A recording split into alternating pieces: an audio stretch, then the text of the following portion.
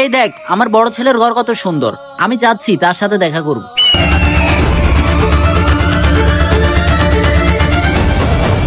এই দেখো আব্বু, আমি চলে আসছি। আরে বন্ধু, এ লোকটাকে আরে এই লোকটাকে আমি নিজে তো চিনতে পারতেছি না। আচ্ছা ঠিক আছে, তুই বস, আমি যাই দেখে আসি কেন আসছে।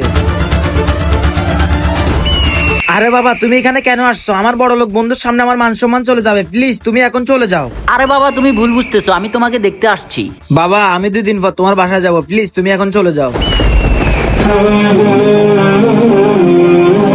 আরে বন্ধু, এই লোকটা কেন আসছে? নতুন ঘর দিয়েছি, ভিখারিও আসা শুরু হয়ে গেছে। ভিখারি ছিল তার জন্য বের করে দিছি। আরে আব্বু, তুমি এখনো যাও নাই?